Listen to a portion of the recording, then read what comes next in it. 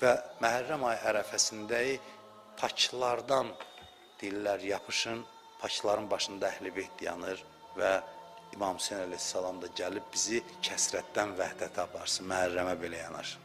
İmam Hüseyin gəlib bizi çoxluqdan qopartsın, bir yerə bağlasın. Bu əzadarlıq, bu məclislər bunun üçündür ki, o irfan, əsl irfan, irfanın məğzi İmam Hüseynin vücudundadır, mahiyyətindədir, məclislərindədir. İmam Hüseyin bizi sevgi ilə aram-aram qopardır, ağrısız qopardır, aparır, ləzzətlə aparır. Özəlliyi bundadır.